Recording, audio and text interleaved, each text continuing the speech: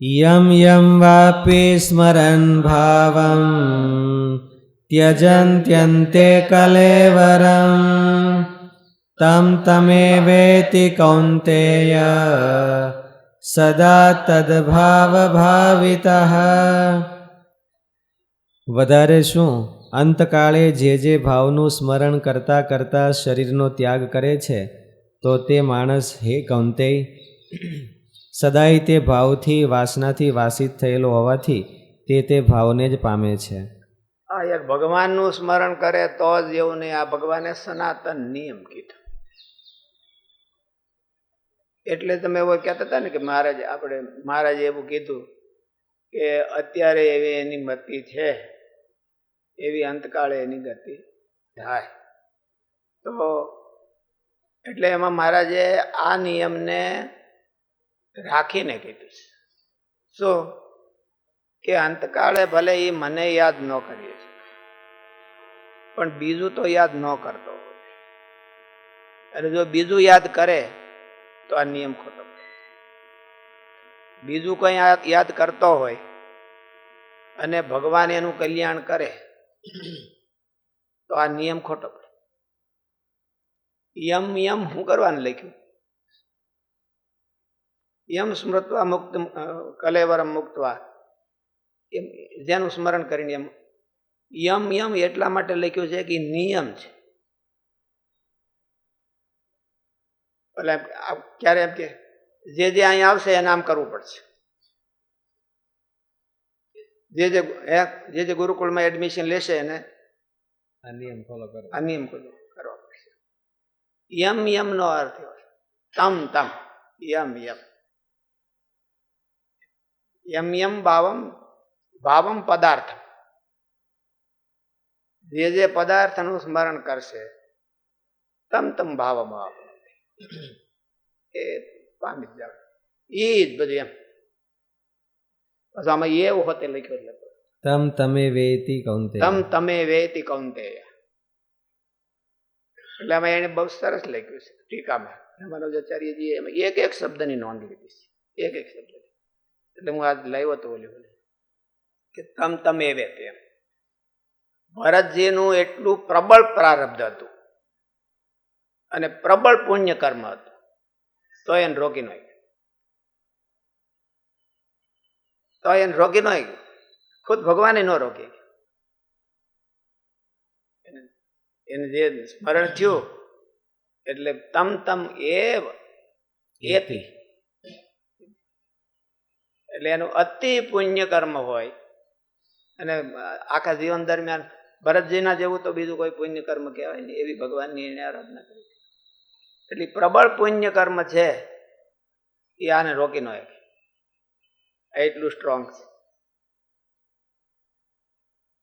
અને પ્રબળ પાપ કર્મ હોય એ પણ આને ન રોકે. અજામેળના ઘોર પાપ હતા. અને જો એને નારાયણનું સ્મરણ કર્યું તો એટલે ઘોર પાપ છે એ એને આડા ન આવે અને આને પુણ્ય ન આવે. કેટલો બધો સોલિડ જડબે સલાક નિયમ ભગવાને. અને ભગવાને પાછું એમાં પક્ષપાત નથી કર્યો કે કૂતરાનું સ્મરણ કરે તો કૂતરો થાય ને મારું સ્મરણ કરતો હું થઈ જાય. કૂતરાને ભાવે ભગવાન પોતાની કિંમત મૂકી દીધી. મૃગલાને ભાવે, મૃગલાનું સ્મરણ કરે તો મૃગલો થઈ જાય અને મારું સ્મરણ કરે તો મારા જેવો થઈ જાય. એમાં ભગવાન એવું ન કીધું મારું સ્મરણ કરે તો આમ ને બોલાનું સ્મરણ કરે તો આમ. એવો જુદો જુદો નિયમ નહીં.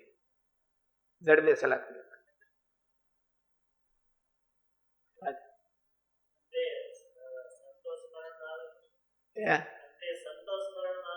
તો ભગવાન તરત જ યાદ આવી જાય. મારે જેવું કીધું છે ભગવાન સાધુ પાર્ષદ બ્રહ્મચારી ભગવાનના ભગત જો એ યાદ આવે કે ભગવાનની લીલા યાદ આવે તો એને યોગે કરીને એને ભગવાનની મૂર્તિ યાદ આવે. ભરતજીના કેસમાં અત્યારે જેવી મતિ છે એવી અંતકાળે એવી એ નિયમ લાગુ એટલે એમાં એને ગતિ તો હારી જ થઈ. અતિ અને અતિમતિ છે. પણ મહારાજે કીધું કે અત્યારે જેવી એની મતિ છે એવી અંતકાળે ગતિ થાય છે. એટલે એને આ નિયમ એમાં રાખવો પડે.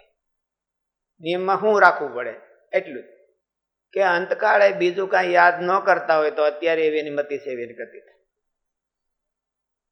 એવી જ ગતિ થાય, એમાં કાંઈ ફેરફાર નહીં. મારે જે કીધું છે એ કાંઈ ખોટું કીધું છે કે એમાં કાંઈ હજી સુધારા વધારાની જરૂર છે એવું કાંઈ નથી.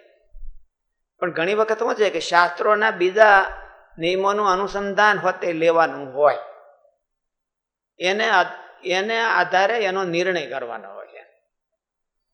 તો આ ભગવાને શાસ્ત્રનો નિયમ કીધો, એ નિયમને જાળવીને કીધો, અને એમાં મહારાજ પણ સંમત છે. એમાં મહારાજ ઇતિહાસ સંમત છે ને. એટલે મહારાજે કીધું કે અત્યારે જેવી એની મતિ છે એવી અંતકાળે ગતિ થાય છે, પણ જો બીજું કાંઈ સ્મરણ ન કરે, મને પણ ન કરે તો એ કાંઈ એટલી ભગવાને છૂટ આપી. મને ન સ્મરણ કરે તો કાંઈ વાંધો નહીં, હું એને સ્મરણ કરીશ, પણ બીજું કાંઈ ન કરે ભલો થઈ.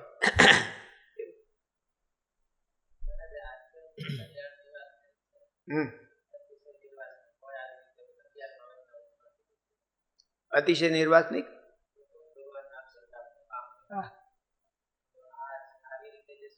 એની પછીનો શ્લોક છે, એની પછીનો શ્લોક છે ને એમ કહે છે તસ્માત સર્વેષુ કાલેષુ મામ અનુસ્મર યુજ્ય. એટલે પછી એને ભગવાને આપી કે મય્યર્પિત મનોબુદ્ધિ મામે યસ્યસી અસંશય. તો તું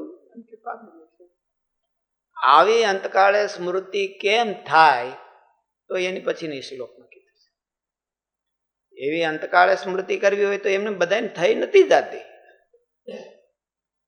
એક્સિડન્ટલી, પણ એને કરવા માટે ફરજ છે એની કે એને આગળથી એને પર્યાણ કરવું.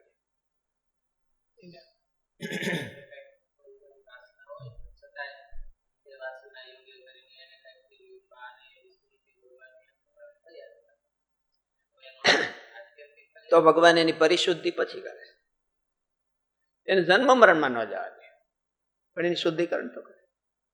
પણ એટલે મામ એવું યસ્યસી એમાં પાકું, મને પામશે એમાં તો પાકું, પણ એવો ને એવો હું લઈ જાઉં એવું નથી ભગવાન કીધું.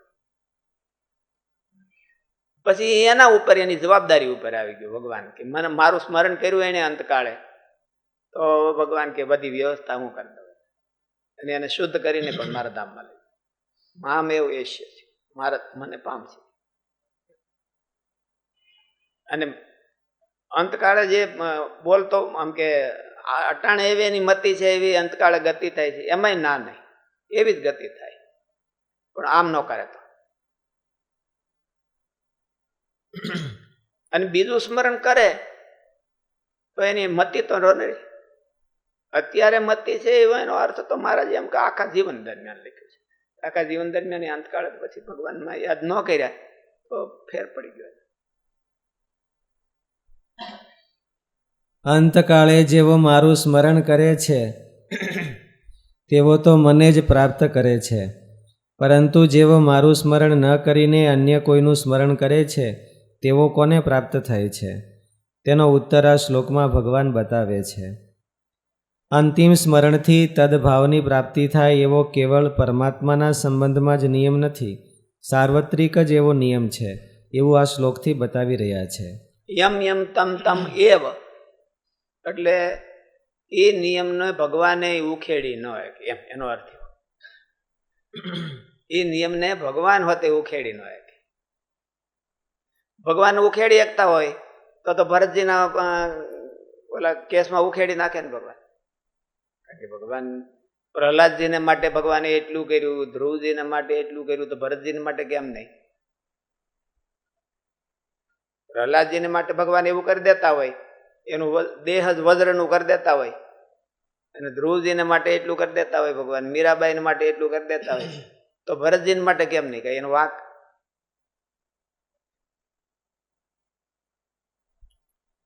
આ શ્લોકમાં અંતેનો અર્થ પૂર્વ શ્લોકમાં અંતકાળેના અર્થમાં લેવાનો છે. અંતિમ પ્રત્યય એમ, અંતિમ શ્વાસમાં. અંતિમ પ્રત્યયનો પ્રભાવ બતાવવા જ સ્મરણ શબ્દ બતાવ્યો છે.